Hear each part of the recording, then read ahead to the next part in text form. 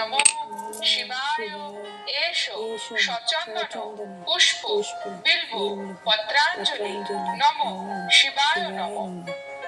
এই মন্ত্রটি আমি 3 বার পাঠ করলাম। দেবাদিদেব মহাদেব শিবায় এষো সচন্দন পুষ্প বিল্ব পত্রাঞ্জলি নমো শিবায় নমো। ওম নমো শিবায় এষো সচন্দন পুষ্প বিল্ব পত্রাঞ্জলি নমো শিবায় নমো। ওম নমো শিবায় এষো সচন্দন পুষ্প বিল্ব পত্রাঞ্জলি নমো শিবায় নমো। এই মন্ত্রটি আমি 3 বার পাঠ করলাম। দেবাদিদেব মহাদেবের সাধারণ পুষ্পাঞ্জলি মন্ত্র। আর আপনার বাড়িতে যদি বানেশ্বর শিব থাকে তবে বানেশ্বর শিবলিঙ্গের পুজোর সময় যে পুষ্পাঞ্জলি মন্ত্রটি বলবেন সেটি হলো ওই এষো সচন্দন পুষ্প বিল্ব পত্রাঞ্জলি বানেশ্বর শিবায় নমঃ। ওই এষো সচন্দন পুষ্প বিল্ব পত্রাঞ্জলি বানেশ্বর শিবায় নমঃ। এইভাবে মহাদেবের পুজোর পরে পুষ্প অঞ্জলি অবশ্যই দেবেন। বন্ধুরা, আজকের পর্ব এই পর্যন্তই। পরবর্তী পর্বে নতুন একটি বিষয় নিয়ে আপনাদের সঙ্গে কথা হবে। ততক্ষণ সকলে সুস্থ থাকুন, ভালো থাকুন। আর পুরো ভিডিওটি দেখার জন্য আপনাদের অসংখ্য অসংখ্য ধন্যবাদ। দিলশেরে পাওয়া যাচ্ছে কলকাতার সব থেকে কম দামে ঘরের সব থেকে জরুরি জিনিসের উপর কম দাম, আর সেটাও ঘরে বসে। হাফ কিলো চিনি মাত্র 1 টাকায়, 70টা ম্যাগি।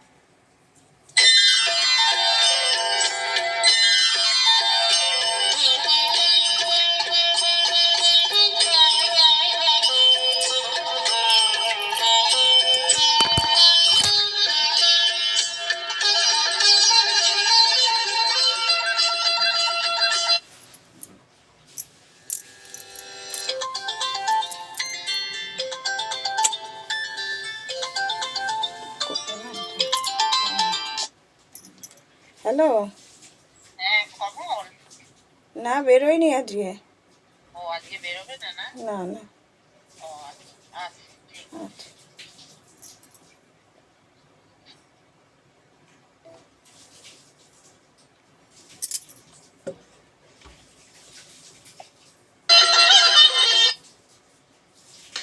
নমস্কার বন্ধুরা, আদিদেব মহাদেবের পুজোর পুষ্পাঞ্জলি মন্ত্র।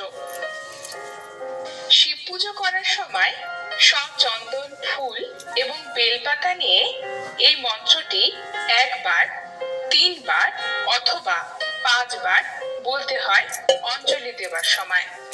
সাধারণ অঞ্জলি মন্ত্রটি হলো ওম নমঃ শিবায় এষো সচন্দন পুষ্প বিল্ব পত্রাঞ্জলি নমো শিবায় নমঃ।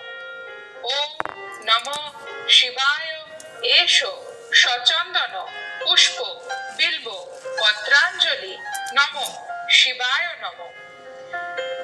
ওম নমঃ শিবায় এষো সচন্দন পুষ্প বিল্ব পত্রাঞ্জলি নমো শিবায় নমঃ।